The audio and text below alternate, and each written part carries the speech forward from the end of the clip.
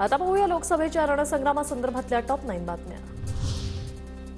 मुंबईतल्या खारदांड्यामध्ये प्रचार रॅलीत गद्दार घोषणा दिल्यानं ठाकरे गट आणि महायुतीचे कार्यकर्ते भिडले। आशिष शेलार यांच्या मध्यस्थीनंतर वाद मिटला।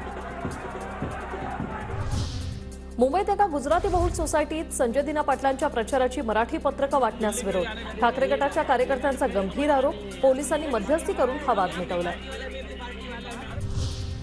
लोकसभा निवडणुकीनंतर 6 पैकी 2 पक्ष संपतील किंवा विलीन होतील। ते पक्ष कोणते हे लोकांच्या लक्षात आलंय। माजी मुख्यमंत्री पृथ्वीराज चव्हाण यांचं वक्तव्य।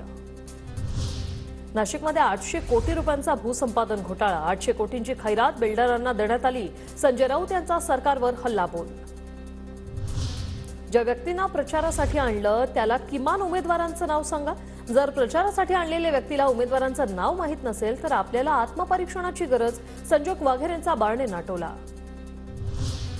विजय वडेट्टीवारांविरोधात भाजपची निवडणूक आयोगात तक्रार। वडेट्टीवारांनी निकमांचा उल्लेख देशद्रोही केल्याचा दावा।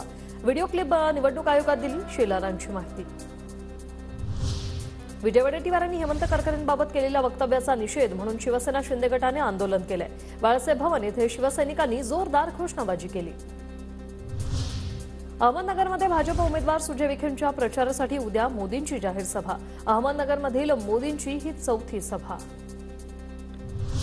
बीड जिल्ह्यातील अंबाजोगाई येथे उद्या पंतप्रधान नरेंद्र मोदींची सभा। पंकजा मुंडे यांच्या प्रचारासाठी उद्या दुपारी 3 वाजता मोदींची सभा।